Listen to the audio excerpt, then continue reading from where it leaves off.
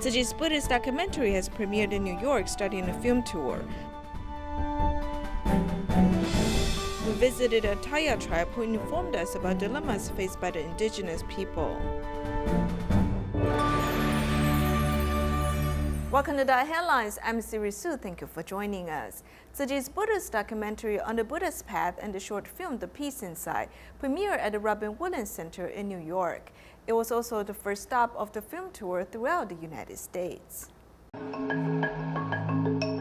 Powerful Dharma practice really doesn't have anything to do with practicing in a temple or practicing in a Dharma center or practicing sitting on a cushion somewhere.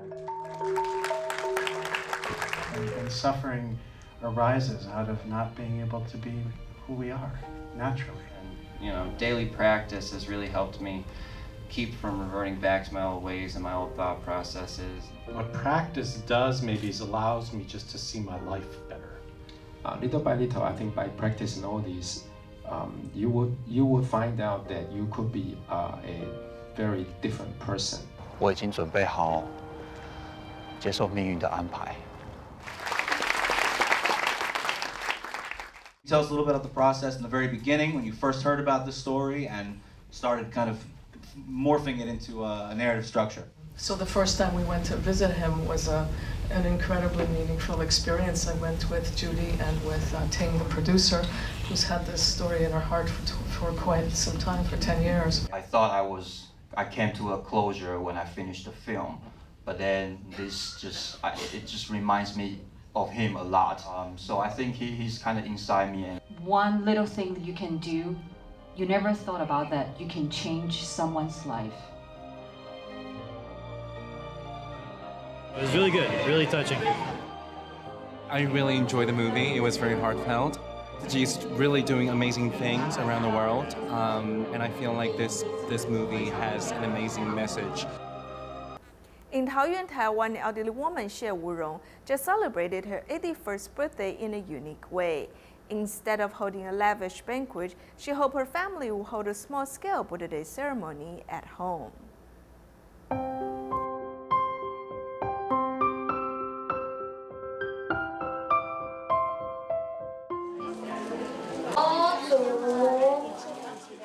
Xie Wurong's birthday wish is to hold a family Buddha Day ceremony. We present the 10th Buddha Day ceremony to our mother Xie. Mother Xie is wearing the cheongsam she wore at her daughter's wedding 20 years ago. Then her children served tea to her to express their gratitude. As they take turns to bow to her, everyone is deeply touched. Without you, I would not be here. Thank you. I want to seize this opportunity to say out loud, Mom, I love you. Coming here, I've gained 2 grandmas and 2 parents. I am super fortunate. At this unique birthday celebration, everyone expresses their love for the elderly, fulfilling their filial piety duties.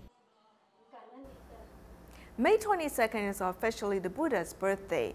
In the afternoon, Jingci Temple held a special event where 1,000 people were invited to plant trees as blessings. In the morning, monks at Sifa Temple led the audience, including the new Taipei mayor, in a special Buddha Day ceremony.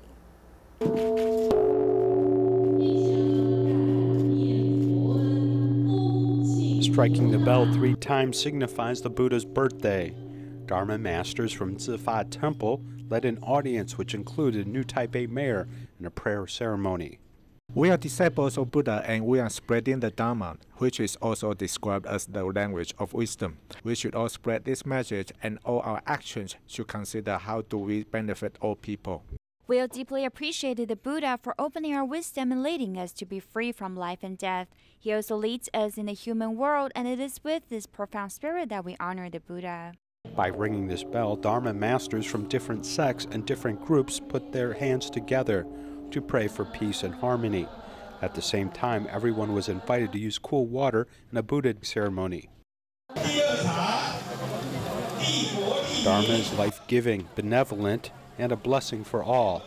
As the last event of the 2018 International Buddhist Day Festival in New Taipei, More than 1,000 people planted more than 2,000 trees as a blessing to the world. Respect the heavens and the earth. First of all, we need to have a good environment, and trees are the best blessings for the earth. The trees we planted are not foreign species, but representation of everyone's soul, as they are seeds of goodness and bodhisattvas, as this is the most important lesson. This empty 1,800 square meter area was transformed from a vegetable garden, turning into a forest, providing cool shade and relief for everyone.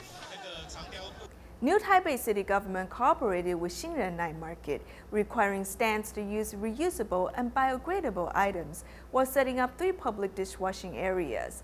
To educate the public, students from the Environmental Protection Club of NTU also demonstrated how to live a plastic-free life.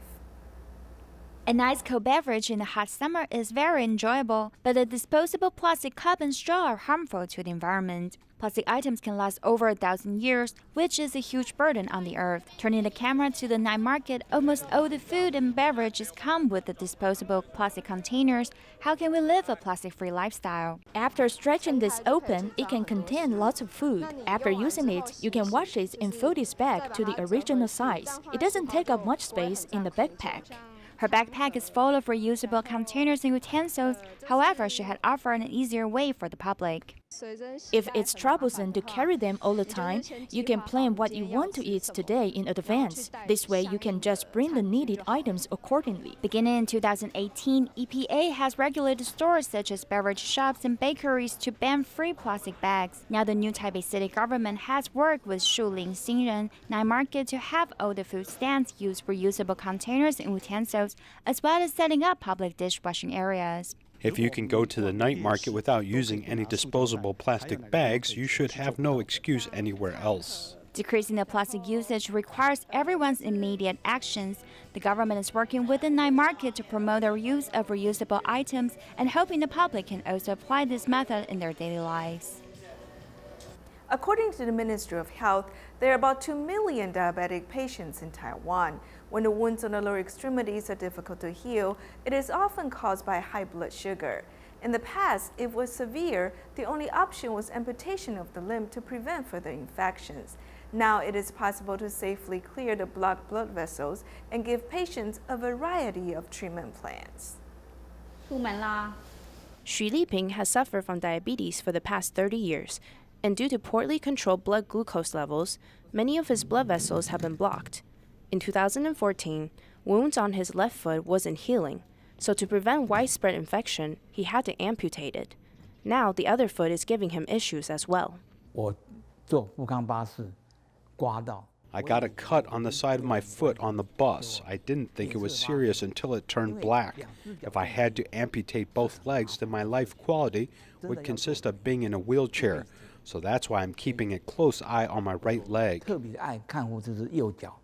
Diabetics in Taiwan, around 22.3%, suffer from peripheral neuropathy, and 25% have lower extremity wounds. This is because high blood sugar creates both neurological and blood vessel problems. Neuropathy can cause loss of sensation in the patient's lower extremities. They may not be able to even notice that they have been injured. The hyperglycemia causes hardening of the arteries and the narrowing of the perfusion of tissues. In turn, the rate of delivery of oxygen or nutrients will decline, causing this wound to be hard to heal. The blood vessels in his thighs aren't blocked, but below the knee we can start to see some troubled areas. We caught it early, so we got him into the operation room right away and did the procedure to unblock it. When diabetics deal with constant unhealed wounds in their feet, it's called diabetic foot. In recent years, vascular debridement surgery has matured. With the assistance of contrast imaging agents and X-ray, the location of the obstruction can be found. Afterwards, there are many different methods of blood vessel drainage available.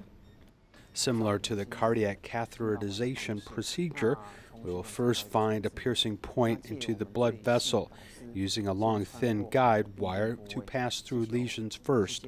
Tools used during the procedures are a variety of inflating balloons, stents, and even some arteriosclerotic plaque cutters. Other than the technical advancement, the timing of the treatment plan is also crucial to prevent amputations in patients. Before going through with unblocking blood vessels, there are many key elements to consider. If only just going through with clearing the blood vessels, it will not be effective to cure everything. When a patient has an acute infection, and that was not treated properly first before going through with the procedure, there's a high risk for severe sepsis. So do we unblock the blood vessels, do debridement, or start an antibiotic treatments first? All of these decisions need to be properly assessed based on the patient's condition. Thanks to the impeccable skills of the surgeon, Mr. Xu's right leg was saved. He now uses a walker to help him in his daily life.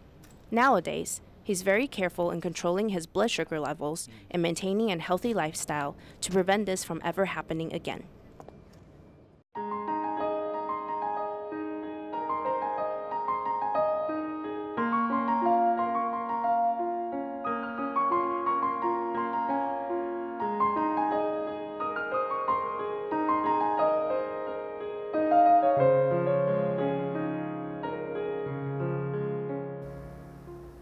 Apart from being identified as indigenous on their ID cards, many indigenous people in Taiwan may be contributing to their own extinction.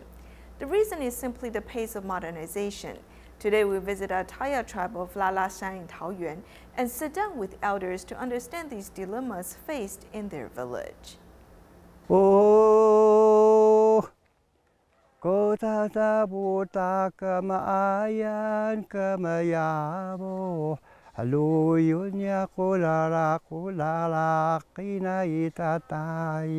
This low voice reverberates through the valley as this Atayal elder, Taya Masing, uses a traditional way to describe the history of Atayal's move from Nantou Renai Township to Taoyuan's Fuxing district.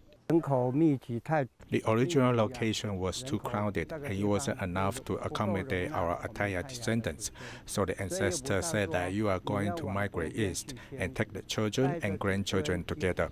Concerned about the loss of his culture, Taya Masing had been trying to remember the lyrics since he was a child, allowing the ancient tunes to remain in his mind. But like most Taiwanese indigenous peoples, the Atayal have no written language, as music is a way for them to remember their oral history. Some historical stories are sung by everyone. We do this so that everyone can know our history and we can remember our past. Taoyuan's Fuxing district produces temperate crops like cabbage and high-value peaches. For many years, many Atayal people have lived a simple life here. But in recent years, the tribe has encountered a crisis. You could call it cultural invasion. The Atayal culture will preserve, especially the language, is almost all gone. Now young people can't speak our mother tongue.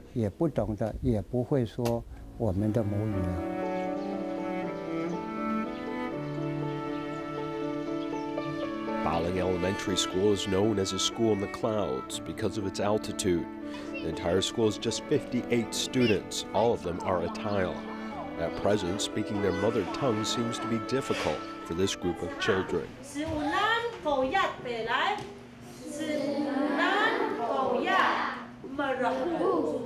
The school choir hired a pastor from a local church to teach Atayal songs. The meaning of the lyrics have to be explained individually, as it is hard for the children to understand it.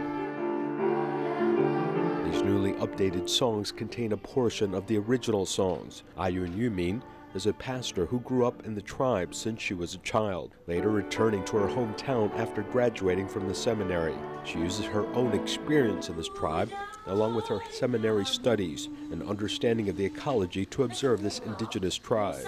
Our indigenous people lived in the mountains, so our elderly have the chance to enjoy nature and a sense of space as they like to sing. What about our ability to dance? Frankly speaking, the Atayal are not as good as like the Amis, which is the dance culture. The Atayal personality is more introverted. Because of their environment, many indigenous have a good voice. However, changing times have led the indigenous living in the mountains to go down to the city to work odd jobs. I think that this short-lived pain makes them eager to go out to study. But if they leave the tribe to go to the city and don't have a sense of belonging to the tribe, they may feel alienated, which is another source of pain. The outflow of people has caused pain in many tribes in Taiwan. Taoyuan's Fuxing district has seen the greatest outward migration, which is partially spurred by education.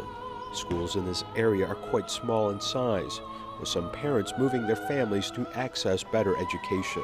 Many parents, for the sake of their children's education, bring their children with them to work in the Daxi area. They hope this can make their children more comfortable as they pursue their studies. In fact, after junior high school, I think that many parents are willing to leave their hometown to move to the city to benefit their children's education. According to the household registration data for Fuxing District, in 1998, the number of indigenous people in the region was 8,127. In 2011, the number of indigenous dropped to 7,551. By January of this year, the number of indigenous people rose to more than 8,000. While the number is constantly changing, the reason why many indigenous are migrating to the city is simply employment, leading many to leave their culture behind. After a year of participation, members of the慈青Club, which is composed of college students in Tainan, have taken the steps to commit more. City volunteers recently organized a ceremony for the students to officially become慈青s.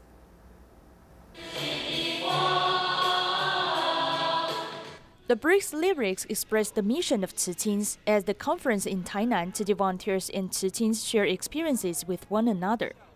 I've been watching DaAi drama and I want to give of myself without asking for anything in return, just like what the city volunteers do. I'm wondering how I can do it better and do more to help people. This is what I should learn from them here. Looking back at the charitable work that慈青s from different schools have done, whether it is to promote recycling or to care for elderly people, they give back to society with gratitude. Being part of the DaAi Club, I feel like there is a mother who is always by my side to accompany me. We want to make the world better and encourage young people to take action to do good deeds. Having become慈青s formally, it means that they are willing to take on Tzu Chi missions and make the world a better place.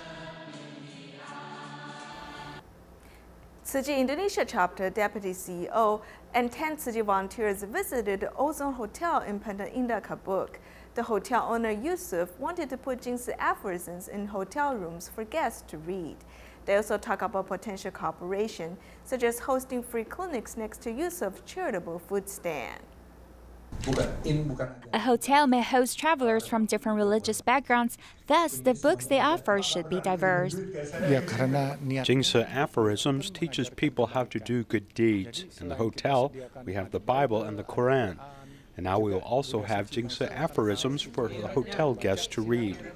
The hotel owner Yusuf is also a founder of a local food stand. Here one can have a meal for just about 25 cents or even free sometimes. To cultivate more blessings by doing good deeds, Tzu Chi Indonesia chapter also plans to develop potential cooperation with him.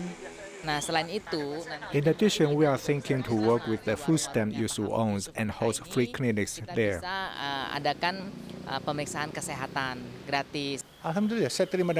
I'm very grateful and I fully support Tzu Chi to host free clinics at all my food stands. As long as it's free and it's a good deed, we will fully support it. Now one can read Jingsi aphorisms in the hotel and get a health check at the food stand's free clinic, showing that great love is about caring for people everywhere, both physically and mentally. Zhiguang Vocational School lacks space to set up a Jingsi reading corner. However, Jingsi Books and Cafe donated 150 series and 2,250 single books of Jingsi aphorisms in order for everyone in the school to have one themselves. They hope to build a good connection with the students by using good books and wise words. 恭请陈炳飞校长代表全体教职员受赠进师语，感恩进师书轩师兄师姐。Everyone everyone is holding one book. Many schools have been teaching Jingsi aphorisms for years. Jingsi Books and Cafe donated 150 series of Jingsi aphorisms to Zhiguang Vocational School, while making sure all 2,250 students have one of their own, hoping to cultivate their reading abilities and knowledge. Every student has one, and they can spread the wise words out in different occasions. For instance, we may host some contests or ask our teachers to take them to read it during the class meetings. If the student is inspired by a Jingsi aphorism, it will last for a lifetime. For teachers, we gave them an entire series so they can continue to use it to cultivate students with Jingsi aphorisms. Everyone speaks truthful and nice words. When we share it with each other, it will be inspiring and helpful to us for a lifetime. Good words need to be kept in hearts. Tzu Chi volunteers not only gave students books, but they walk into the classroom to share personal experiences on how to use the Jingsi aphorisms when encountering different challenges in life. Face challenges patiently and solve problems calmly. I felt that after we graduated and started to work, life won't always be so smooth. We will encounter many issues and difficulties, so I think this phrase is very useful for me.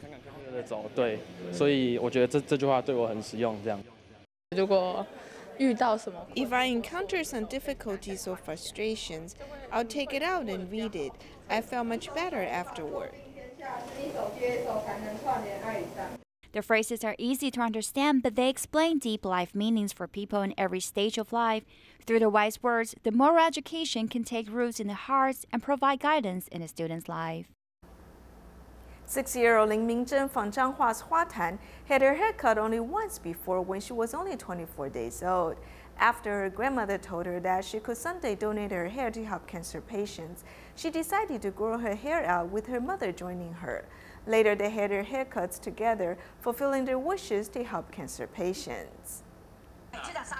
6-year-old Lin Mingzhen had her long hair cut to help cancer patients.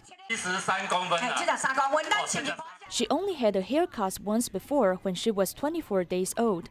Over the past 6 years, her mother has been taking good care of her hair because they want to help other people. I want to donate my hair to the children who lost their hair due to taking medicine. I'll grow my hair long once again so that I can donate my hair one more time. Knowing that Lin feels a bit reluctant to cut off her long hair, Lin's mother also cut off her hair, which she had grown for 3 years, to accompany Lin in donating hair, letting she know that this is something meaningful. I showed her some videos and pictures, asking her why the children looked different from her. She later found that they had no hair. Mingzhen's grandmother is a community director who is the initiator of the hair donation activity. Seeing that many children lose hair because of chemotherapy, she feels gratified for her granddaughter's kindness to help less fortunate people. I feel very happy because she told me that helping people who are in need is a very happy thing. She's quite sensible. 3 generations of the family are Tzu Chi members who do their best to help the needy. Despite her young age, Mingzhen says that she will help more people when she grows up in the future. In Kedah, Malaysia, Tzu Chi volunteers have built a prefabricated recycling house for students at the Tamil Elementary School so they can better practice recycling. We'll leave you with these images at the end of our program. Thank you for joining us. Goodbye.